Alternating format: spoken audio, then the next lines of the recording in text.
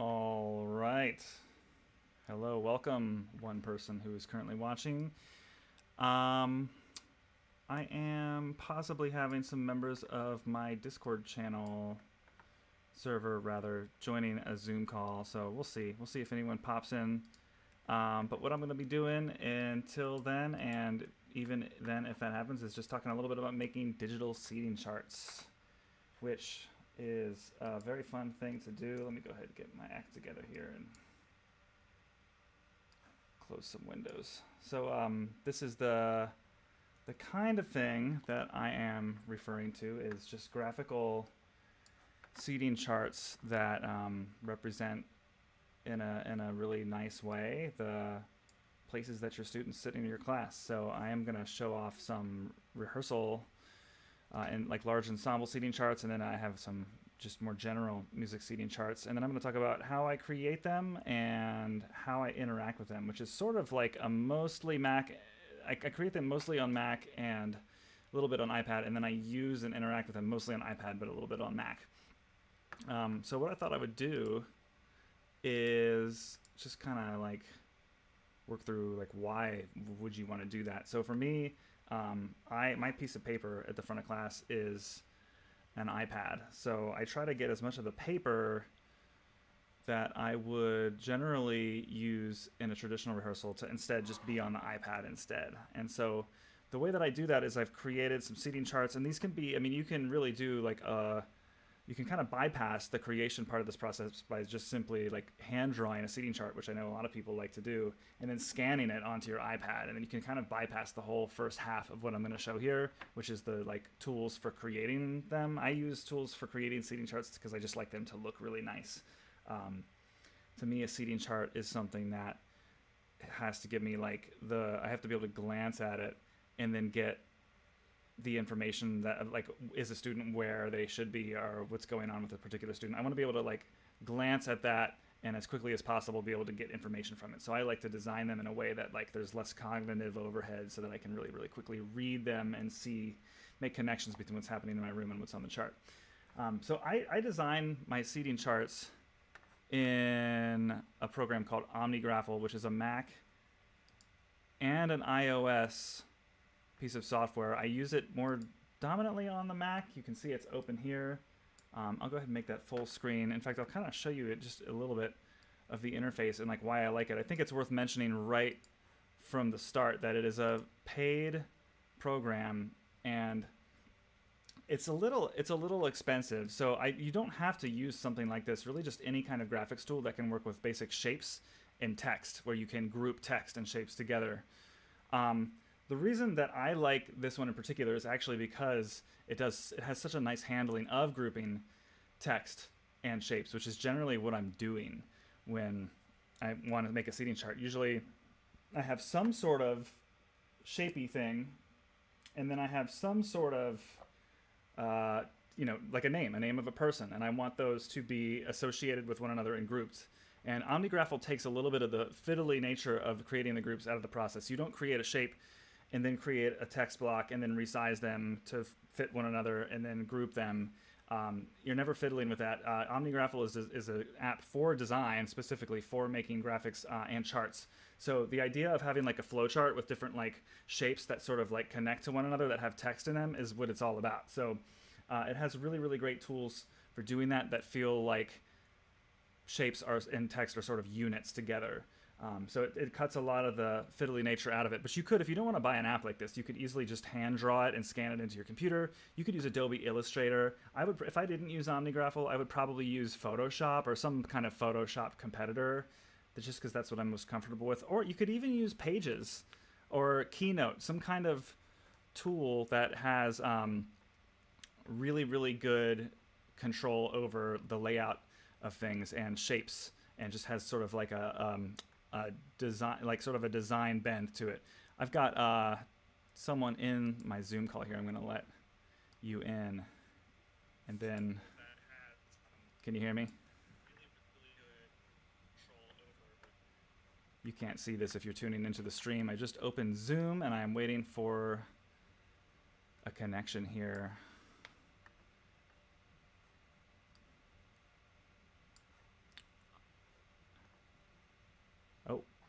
There you are. There you are. Hello.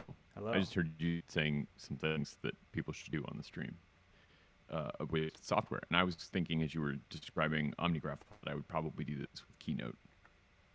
That you would probably, oh yeah, Keynote, because you use it, right? Right. Yeah, I do believe that you are correctly streaming through my setup so that people who are tuned in should be able to hear you. Do you care if I put you on my screen? No, not What's at the... all. See what you're talking about. Should I pull up the stream so I can see your screen? Probably. I mute it, obviously. There you are. I don't know how to take... I can probably take it out of gallery view.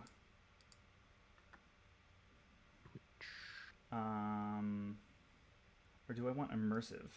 Is that just going to make... Oh, wow, this is new to me. Okay, I'm not going to go there. I would put the speaker, but then when I'm speaking, it'll be me. Oh, God, that looks disturbing. Does it? It looked like there was like an art gallery and it was going to be in a frame. Like, that's so weird. I don't... Yeah, that was... I clicked immersive. I don't know what that does. I'll just put gallery view. Yeah, click immersive. There's like... It's like this weird 3D... It was this weird 3D thing. Oh my gosh, can I make it look like you're sitting at a table? Oh my gosh. Can I actually delete me from it? I don't want me to be in it. Oh no. Here, what I can kind of awkwardly do... This is very strange, Robbie.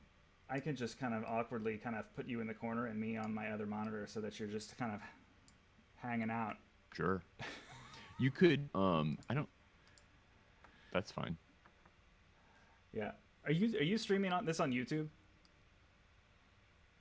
Am I? Yeah. I'm not seeing anything anywhere. Oh, you're not streaming? Oh, I'm watching it on Twitch. Oh, okay, cool. Sorry. Yeah. Restream gives me inaccurate numbers, I think. Someone, I believe, is on YouTube.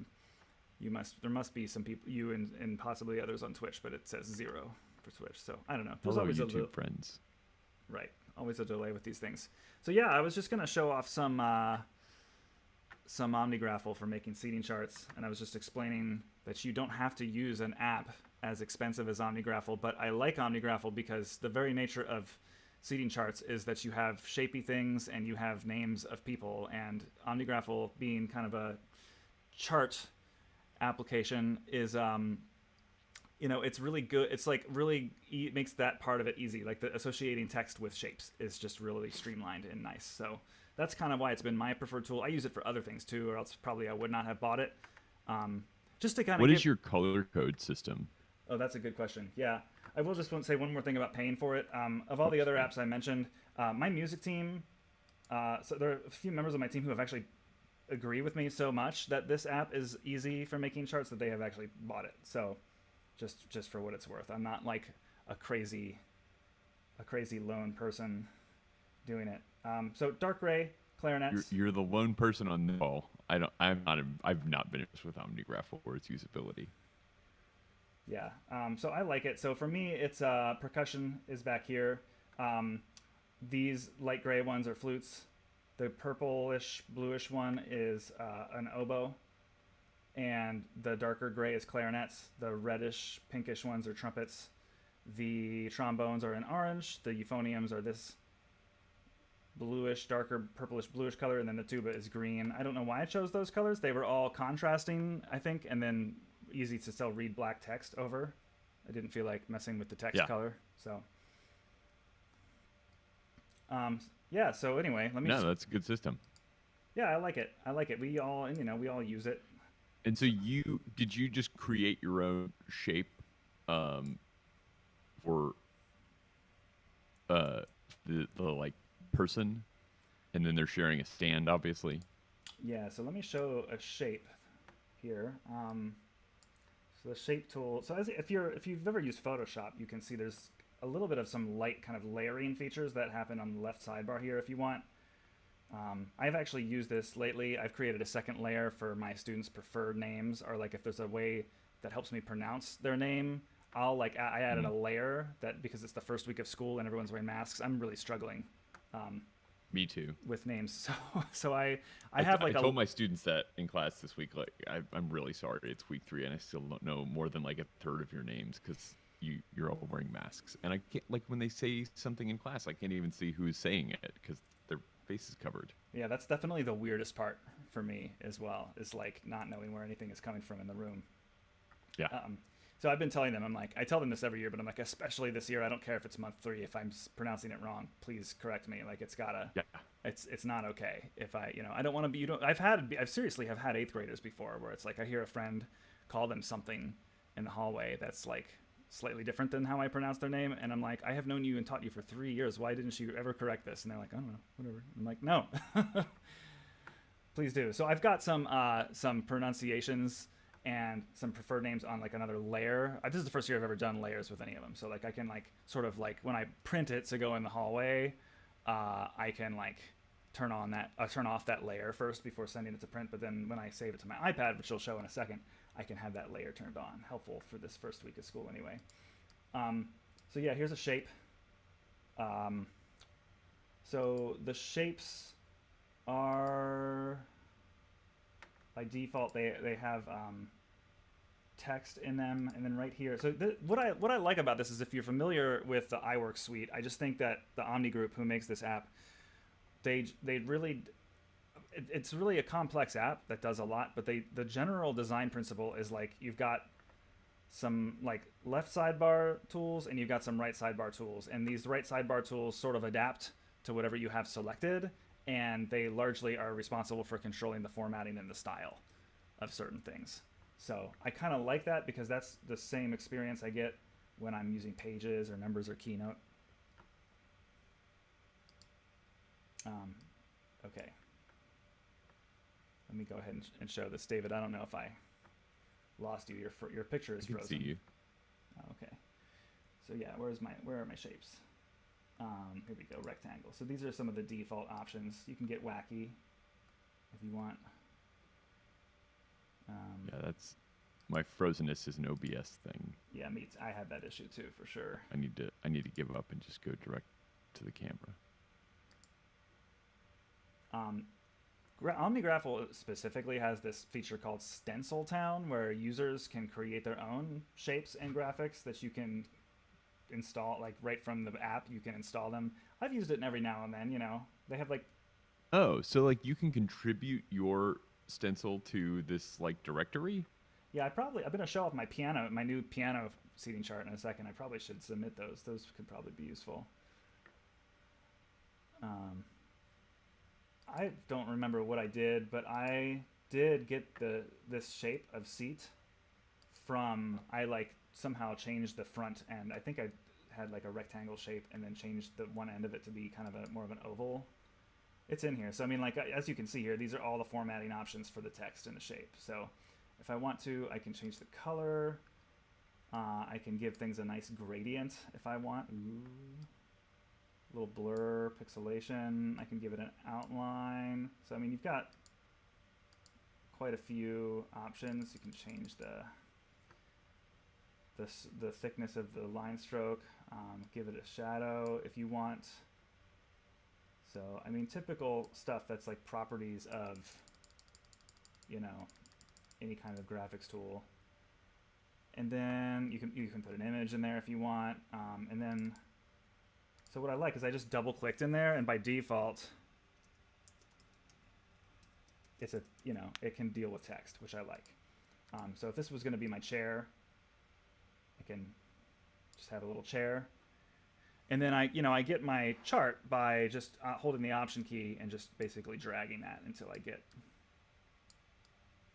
my front row or whatever kind of row I want.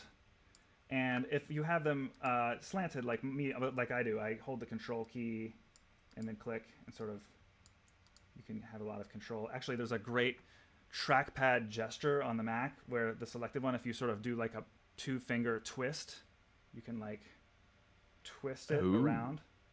That's delightful. It's really nice. Yeah, and then the arrow keys can get it really precise where you want it to go. Right. So you can make a nice little. And the option drag trick is one of those like I feel like our users know it very well, but it's really easy for people who are just started with this stuff to overlook.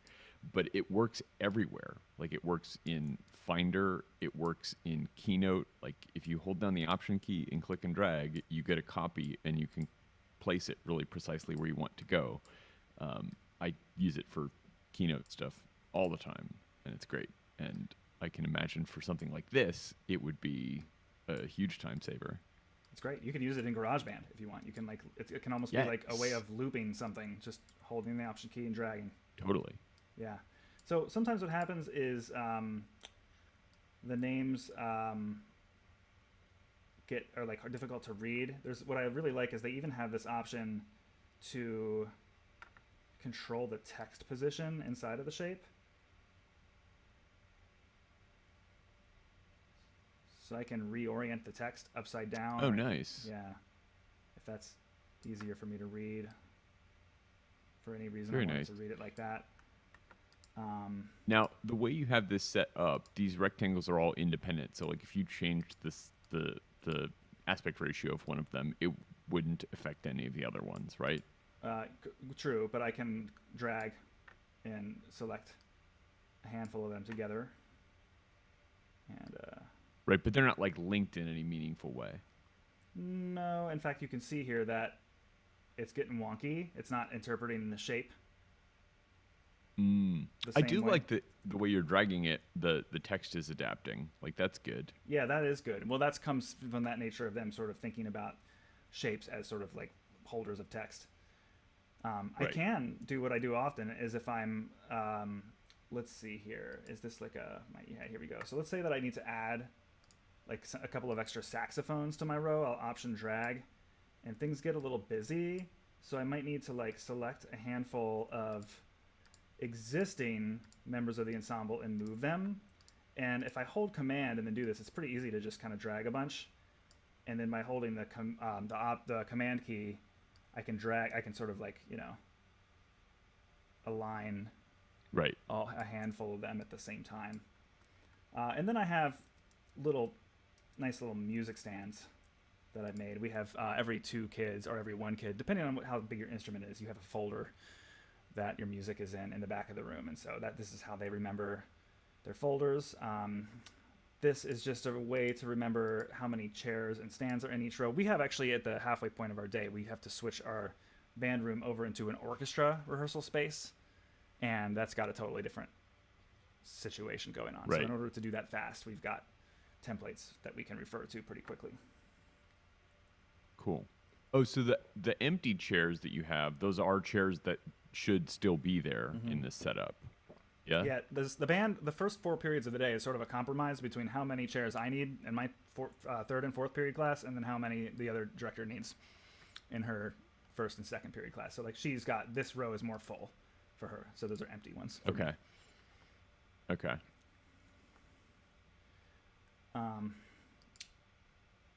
Yeah, and then this when we perform, this is the one that I give that goes to the stage manager or the student volunteers if we're like performing at a local Oh, high school that's event.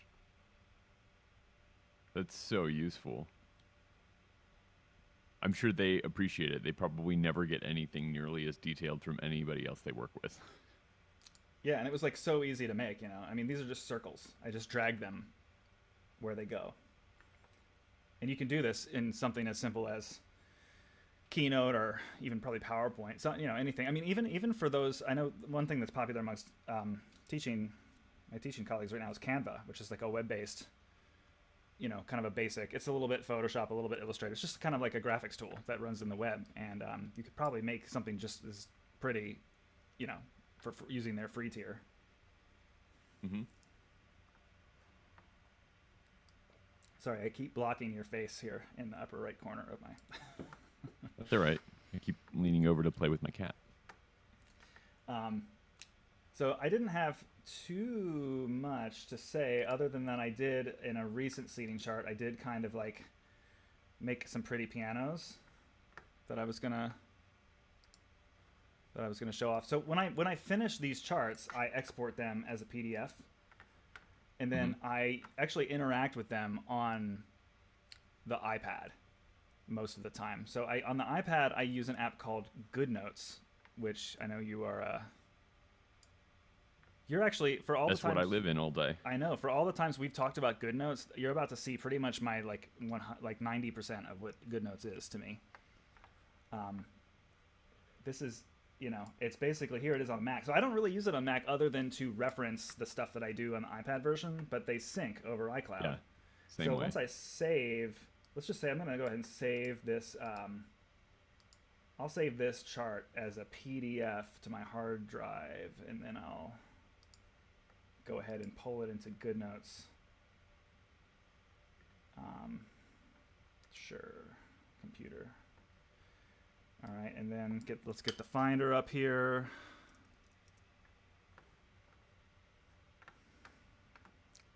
Do you ever just not get the Finder when you want it? What do you mean? Like sometimes a window doesn't pop up, but it will show me that Finder has focus. Is that what you mean? I get that. Yeah, like when you have a window that's like not hidden. Seems to happen to me. I do not have that problem. No. Interesting. All right, so I'm going to go ahead and just drag. I'm not a window hider though. I minimize or close. Oh, I'm a real avid window hider. I'm like Command Hing all the time. H. I want to see what's there. Okay, so hold on. Let me go ahead.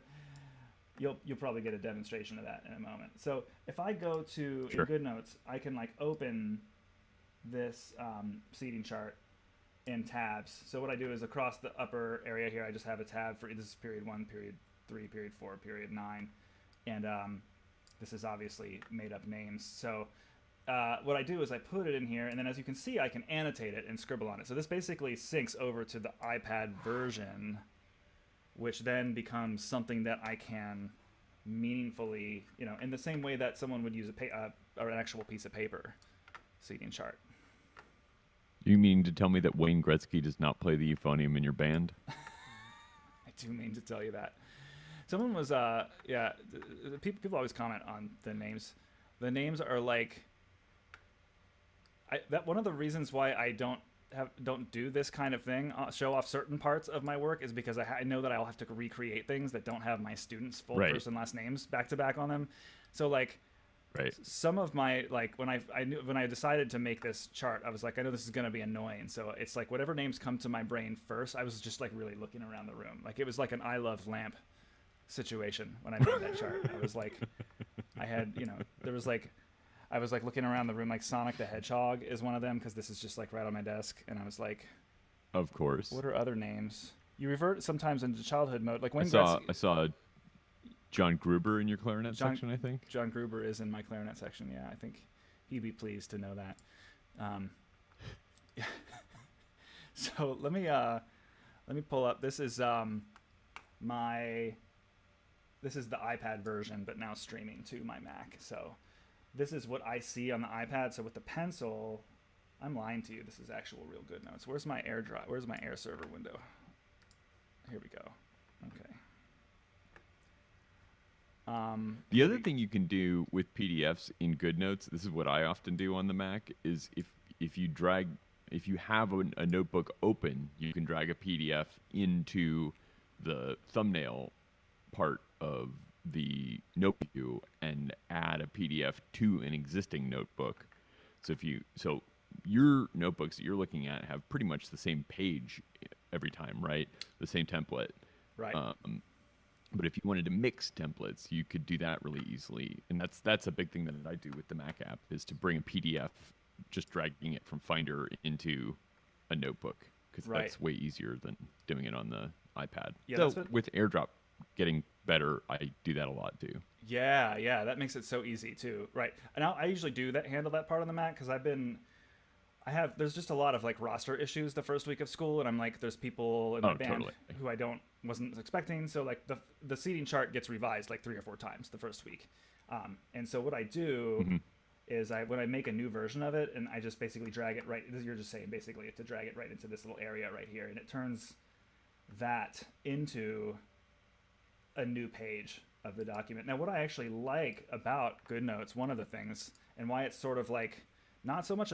I do use it for handwritten notes a little bit, but what I most often use it for is to kind of, so let me just make it full screen. So you can see here, like this is a seating chart for my general music room. And once you have something established, whatever the last page of your note is, if you turn the page, it automatically generates a new page using, like, it's almost like it automatically turns it into a custom paper style with whatever the last page of your document is. So what I can do is I can take notes on my students for the 3rd of September, and then, you know, I can write down, you know, because we're doing also like logging like when people like leave and enter the room for like contact tracing purposes. So I can write whatever, you know, information that will help me to generate grades for students based on performance in class. Whatever kind of information I want to draw on this is just so easy to do because it's the thing that's on the music stand in the classroom. And then when the next day comes, I don't have to import any PDFs. I just turn the page and then I have a fresh copy of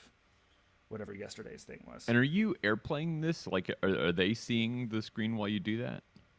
Sometimes not. So I usually AirPlay my Mac. I have a lot of stuff pre-built into a Keynote slide. Sometimes they do see it. It's an unintended classroom management technique. Sometimes if I have to write something about a student when they're doing something that, you know, they're not like, I have had it on the screen before, not knowing what I was doing, and I'm like circling a kid's name and like scribbling a note, and all of a sudden the room gets like really quiet, and I'm like, ah, I see. Accountability is what you've craved this whole time. All right. So, so generally no, not 100% no, but generally no. I'm not usually writing anything down that isn't happening in the classroom that everyone can see. Right. So right. So that's kind of the flow there. I love the paper kind of style. And I think I've said this before, even to you, but what I like about GoodNotes that I don't like about more general PDF apps on the iPad is that GoodNotes is like, the second you pull in, like create a new page or pull in a PDF, there's no annotation mode. Like you can just immediately start drawing on it with the Apple Pencil, and the engine for handwritten recognition is good. Like it's just a really smooth pencil experience on top of that. So it feels literally like the closest app I can get to like writing on a piece of paper. And if you need to find something that you wrote, the search is actually pretty good for text that is. So it will, if there's text baked into the PDF when you bring it in, it will search that, but it will also search your handwriting, and it does some pretty good handwriting recognition. And because you're not literally just converting it, at least I'm not literally converting it to typed text, if it's unsure of something, it can just index both the like both versions that it thinks it might be. Oh, great about it is that, you know, it is exactly what you said. Like I don't have to think about like, copying it somewhere else, to, you know, or manually OCRing it. It just can like sort of live all this, because this work very much lives in this. Like this is like my paper. This is like I'm imitating like real paper kind of zone for me. And in fact, what I often do with this tabbed interface is I often do two other things. I'll like pull in documents.